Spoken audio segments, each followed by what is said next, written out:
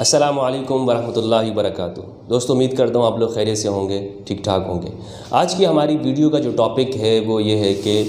شیعہ کی history of شیعہ کون ہے، کہاں سے ان کا آغاز ہوا، اسلامی ہسٹری کے اندر کہاں سے یہ شروع ہوتے ہیں، سنیوں کا کیا کہنا ہے اور شیعوں کا کیا کہنا ہے۔ دوستو شروع میں آپ کو یہ بات بتاتا چلوں کہ یہ ویڈیو کسی فرقہ وارانہ موضوع پر مشتمل نہیں ہے، یعنی کسی سیکٹ کو اچھا یا برا کرنا نہیں ہے، یا فرقہ واریت کی بات کرنا یہاں مقصد نہیں ہے۔ صرف اور صرف ایک فرقے کی تاریخ آپ لوگوں کے سامنے لانی ہے، اور چونکہ بہت سارے لوگ مجھ سے پوچھتے رہتے ہیں کہ مفتی صاحب یہ بتائیں کہ شیعہ کون لوگ ہیں، سنی کسے کہتے ہیں، چونکہ دنیا میں سوال اٹھتے ہیں تو اس کا جواب دینا اور نالج کو آگے لے کر آنا ہے، ورنہ آپ لوگ سمجھتے ہیں اور جانتے ہیں مجھے اچھی طرح سے کہ میں ان فرقہ وارانہ بحثوں کے اندر نہیں پڑھتا ہوں، اور میں تو انسانیت کی بات کرتا ہوں۔ لیکن چونکہ ایک نالج ہے لوگوں کے سامنے، جو میں نے سمجھا ہے اسے آپ پیش کرنا ضروری ہے، تو میں اپنا فرض سمجھتی ہوں آپ لوگوں کے سامنے اسے پیش کر رہا ہوں۔ تو شیعہ کہاں سے شروع ہوئے؟ دوستو خود شیعوں کا کہنا یہ ہے کہ یہ جو لفظ ہے فرقے کے معنی کے اندر، یہ نبی اکرم صلی اللہ علیہ وآلہ وسلم کے زمانے میں موجود تھا۔ کچھ شیعوں کا کہنا ہے کہ ایک روایت بھی اس میں موجود ہے کہ آپ صلی اللہ علیہ وآلہ وسلم نے حضرت علی سے فرمایا، یا علی انت و شیعتک هم الفائزون، اے علی تم اور تمہارے شیعہ کامیاب ہوں گے۔ اور لیکن سنی حضرات کا کہنا ہے کہ اس طرح یہ لفظ موجود نہیں ہے، بلکہ یہ جو فرقہ ہے سنی حضرات کا یہ کہنا ہے کہ ایک یہودی تھا ابن سبا، اس نے اسلام قبول کیا اور حضرت علی کے زمانے میں تھا، اس نے غلط عقائد لوگوں کو پڑھانا شروع کر دیے، حضرت علی کو خدا بنانے کا جو عقیدہ ہے وہ لوگوں کو سمجھانا شروع کر دیا، پھر حضرت علی نے اس کو سزا بھی دی وغیرہ وغیرہ۔ یہ ایک کہانی بیان کی جاتی ہے۔ لیکن ان دونوں باتوں کو ایک سائڈ پہ رکھتے ہوئے ہم قرآن مجید کو اگر دیکھیں تو کیا قرآن میں شیعہ کا ورڈ موجود ہے یا فرقہ موجود ہے؟ تو دوستو قرآن مجید کے اندر شیعہ فرقے کے طور پر کسی جگہ موجود نہیں ہے کہ شیعہ ایک فرقہ ہے یا سنی ایک فرقہ ہے، سنی کا بھی موجود نہیں ہے، بلکہ قرآن میں کوئی فرقہ ہی نہیں ہے۔ قرآن یونیورسل کی بات کرتا ہے، تو شیعہ فرقے کے معنی میں نہیں ہے۔ لیکن اس لفظ کے اندر، اس لفظ کے طور پر شیعہ کا جو لفظ ہے وہ قرآن میں موجود ہے۔ عربی میں یہ پارٹی کو کہتے ہیں، اور ایک جماعت کو کہتے ہیں، گروہ کو کہتے ہیں، تو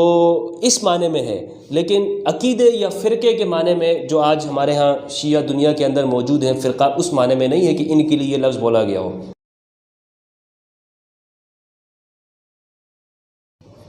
تو یہ جو شیعہ فرقے کے معنی میں ہے دوستو، یہ کہاں سے شروع ہوئے؟ تو جہاں تک میری نالج ہے وہ یہ ہے کہ نبی اکرم صلی اللہ علیہ وآلہ وسلم نے حضرت علی سے جب یہ کہا من کنت مولا فہذا علی المولا، لوگوں کو جمع کر کے آپ نے فرمایا کہ جس کا میں دوست ہوں علی اس کا دوست ہے، اور علی کو وصی کہہ دیا، انت منی بمنزلۃ ہارون من موسیٰ الا لا نبی بعدی، کہ جیسے موسیٰ کے لیے ہارون تھے اسی طرح میرے لیے تم ہو، یعنی جس طرح موسیٰ کے بعد ہارون نے سب کچھ جو ہے وہ اپنی قوم کی باغ ڈور سنبھالی، اسی طرح آپ بھی ہو۔ لیکن میرے بعد چونکہ نبیوں کا سلسلہ نہیں ہے،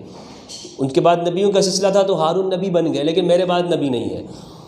اس کے بعد پھر جب خلافت کی بات ہوئی سقیفہ بنی ساعدہ میں نبی اکرم صلی اللہ علیہ وآلہ وسلم کے بعد، تب بھی حضرت علی کی طرف کچھ لوگ تھے اور کچھ دوسری طرف تھے، حضرت عمار، مقداد، حضرت ابو ذر غفاری رضی اللہ عنہ، عبداللہ ابن عباس، جابر ابن عبداللہ وغیرہ۔ لیکن شیعہ باقاعدہ گروہ میں ابھی سٹارٹ نہیں ہوا۔ جب حضرت علی کو خلافت ملی، حضرت بکر صدیق کے بعد حضرت عمر رضی اللہ عنہ، حضرت عمر کے بعد حضرت عثمان، پھر حضرت علی، تو جب حضرت علی کے پاس خلافت آئی تو اس وقت کے اندر باقاعدہ حضرت علی کے، چونکہ حضرت علی کے خلاف ایک موومنٹ شروع ہو گئی تھی خوارج کی، ایکسٹریمسٹ اسلام کے اندر، اور باغیوں کی، جمل والوں کی اور شامیوں کی، ان تینوں کے ساتھ بڑی ایک گھمسان جنگیں ہوئی ہیں، خوارج کے ساتھ نہروان کے اندر، باغی شامیوں کے ساتھ صفین کے اندر، اور جمل والوں کے ساتھ جو ہے وہ وہاں پہ جو جنگیں ہوئی ہیں بصرہ کے اندر۔ یہ جنگیں جو ہیں انہوں نے اس موقع پر حضرت علی کے جو شاگرد تھے یا جو چاہنے والے تھے، جو آپ کے عسکریہ تھا، وہ ایک بھرپور طریقے پر سامنے آیا، اور اس موقع پر یہ ایک شیعہ گروہ کے اس میں شروع ہوا۔ لیکن ابھی یہ ارتقائی سفر کر رہا ہے۔ اس کے بعد جب امام حسین رضی اللہ تعالیٰ عنہ کا ایک واقعہ کربلا ہو جاتا ہے جو مظلومانہ شہادت ہے، اس پر پوری امت مسلمہ مدینہ مکہ کے اندر ایک غم و غصے کی لہر دوڑ پڑی اور لوگ امویوں کے خلاف نکل آئے۔ لیکن اس کے بعد پھر مختار ثقفی نے انتقام لیا تو ایک شیعہ باقاعدہ گروہ کی شکل میں آ گئے۔ اب انہیں ضرورت تھی ایک فقہ کی، جو کہ امام جعفر صادق علیہ السلام نے باقاعدہ ایک فقہ ان کے لیے مرتب کر دی، اور اس میں دینیات کے مسائل وغیرہ تھے۔ لیکن امام زین العابدین کے جو بیٹے ہیں حضرت زید، انہوں نے ہر ظالم کے خلاف نکلنے کا ایک منشور تیار کیا کہ ہمارا جو سلسلہ ہے اس کے اندر ہم اپنی اسلامک ملک کے اندر کسی ظالم کو برداشت نہیں کریں گے۔ اور یمن کے اندر زیدیہ ہے، تو زیدیوں کے اندر بنیادی طور پر جو خروج کا جو ہے وہ فلسفہ ان کے ہاں، نظریہ ان کے ہاں ملتا ہے۔ تو شیعوں کو باقاعدہ اس طور پر ایک موومنٹ ملی اور اس طرح ایک فرقہ وجود میں آیا تدریجاً طور پر۔ لیکن دوستو اس کا ذکر کہیں قرآن میں نہیں ہے، نہ سنیت کا ذکر قرآن میں ہے، تو قرآن میں کہ فرقہ واریت کی بات نہیں ہے، تو فرقہ یہاں سے یہ بنا ہے، گروہ بنا ہے۔ تو میرے نزدیک شیعہ جو ہے ایک پولیٹیکل موومنٹ کے طور پر جو اس کا آغاز ہوا،